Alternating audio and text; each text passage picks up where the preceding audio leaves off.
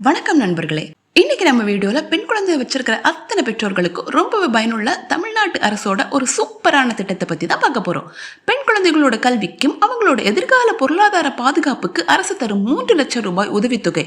ஆமாங்க, முதலமைச்சர் பெண் குழந்தை பாதுகாப்பு திட்டம் பத்தின முழு விவரங்கள், அதுக்கு யாரெல்லாம் தகுதியானவங்க, எப்படி விண்ணப்பிக்கணும் அப்படிங்கறத வேறாணி வேற இந்த வீடியோல டீடைல்டா பாத்துடலாம். வீடியோவை ஸ்கிப் பண்ணாம முழுசா பாருங்க. நம்ம சேனலை இன்னும் சப்ஸ்கிரைப் பண்ணலனா மறக்காம சப்ஸ்கிரைப் பண்ணிக்கோங்க. தமிழ்நாடு அரசு 1992 வருஷத்துல இருந்தே இந்த முதலமைச்சர் பெண் குழந்தை பாதுகாப்பு திட்டத்தை ரொம்ப சிறப்பா நடத்திட்டு வராங்க.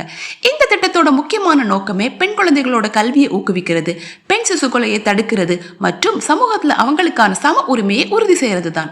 இந்த திட்டத்தின் கீழ் தகுதியுள்ள குடும்பங்கள்ல பிறக்கிற பெண் குழந்தைகளோட பேர்ல அரசு ஒரு குறிப்பிட்ட தொகையை பிக்ஸட் டெபாசிட் செய்றாங்க.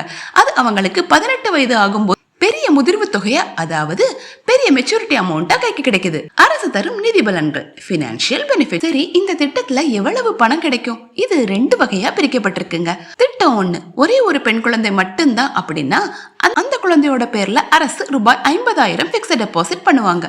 திட்டம் 2, ஒருவேளை உங்க குடும்பத்துல 2 பெண் குழந்தைகள் இருக்காங்க அப்படின்னா ஒவ்வொரு குழந்தையோட பேர்லயும் தலா 25,000 வீதம் டெபாசிட் செய்யப்படும். இப்போ இதுல இருக்கிற 2 முக்கியமான நன்மைகளை பார்ப்போம். ஃபர்ஸ்ட், இந்த குழந்தை வளர்ந்து 6ஆம் வகுப்பு படிக்கும் போதுல இருந்து வருஷம் 1,800 ரூபாய் கல்வி உதவிக்காக அரசு வழங்கும். இரண்டாவது, அந்த பெண் குழந்தைக்கு 18 வயசு நிறைவடையும் பொழுது வட்டியும் முதலுமா சேர்த்து சுமார் 3 லட்சம் ரூபாய் வரை முதிர்வு தொகையா கிடைக்கும். ஆனா இதுக்கு ஒரு சின்ன நிபந்தனை இருக்கு. அந்த மகள் 10ஆம் வகுப்பு தேர்வு எழுதி தேர்ச்சி பெற்றிருக்கணும். இந்த தொகையை அவங்களோட உயர்கல்விக்கோ இல்லனா கல்யாண செலவுக்கோ பயன்படுத்திக்கலாம்.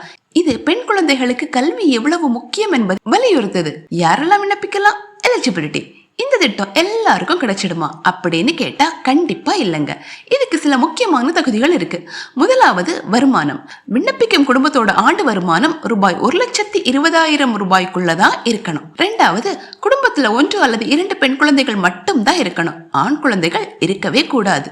3வது, பெற்றோர்களில் யாராவது ஒருவர் 2வது பெண் குழந்தை பிறந்த குறிப்பிட்ட காலத்திற்குள் குடும்ப கட்டுப்பாட்டு அறுவை சிகிச்சை செய்திருக்க வேண்டும். 4வது, குழந்தை பிறந்த 3 வயது முடிவதற்குள் நீங்க இதற்கு விண்ணப்பித்திருக்கணும். 3 வயது தாண்டிடுச்சுன்னா விண்ணப்பிக்க முடியாது. 5வது, விண்ணப்பதாரர்கள் தமிழ்நாட்டை சேர்ந்தவங்களா இருக்கணும். இல்லன்னா குறைஞ்சது 10 வருஷமாவது நம்ம தமிழ்நாட்டுல வசிச்சிருக்கணும். தேவையான ஆவணங்கள் மற்றும் விண்ணப்பிக்கும் முறை. இந்த திட்டத்துக்கு அப்ளை பண்ண என்னென்ன டாக்குமெண்ட்ஸ் வேணும்னு நோட் பண்ணிக்கோங்க. குழந்தையோட பிறப்பு சான்றிதழ், பெற்றோரோட வயது சான்றிதழ் மற்றும் ஆதார் கார்டு, ரேஷன் கார்டு, குடும்ப வருமான சான்றிதழ், குடும்ப கட்டுப்பாடு செய்ததற்கான சான்றிதழ், வட்டாட்சியர் கிட்ட வாங்கின ஆண் வாரிசு இல்ல அப்படிங்கிற சான்றிதழ், வங்கியின் கணக்கு புத்தக நகல், அதாவது பாஸ்புக் காப்பி. எப்படி அப்ளை பண்றது?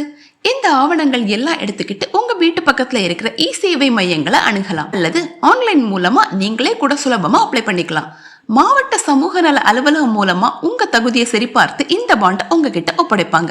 பெண் குழந்தைகளோட எதிர்காலத்துக்கு அரசு தர ஒரு மிகச்சிறந்த பாதுகாப்பான திட்டம் இது. உங்க வீட்லயோ இல்ல உங்களுக்கு தெரிஞ்சவங்க வீட்லயோ பெண் குழந்தைகள் இருந்தா இந்த தகவல் அவங்களுக்கு ஷேர் பண்ணுங்க. கண்டிப்பா பயனுள்ளதா இருக்கும். இந்த வீடியோ உங்களுக்கு பிடிச்சிருந்தா லைக் பண்ணுங்க, ஷேர் பண்ணுங்க, மறக்காம கமெண்ட் பண்ணுங்க. அடுத்த ஒரு சூப்பரான தகவலோடு உங்களை வந்து பாக்குறேன். மீண்டும் சொல்றேங்க, இந்த வீடியோ உங்களுக்கு பிடிச்சிருந்தா லைக் பண்ணுங்க, ஷேர் பண்ணுங்க, மறக்காம சப்ஸ்கிரைப் பண்ணுங்க. நன்றி, வணக்கம்.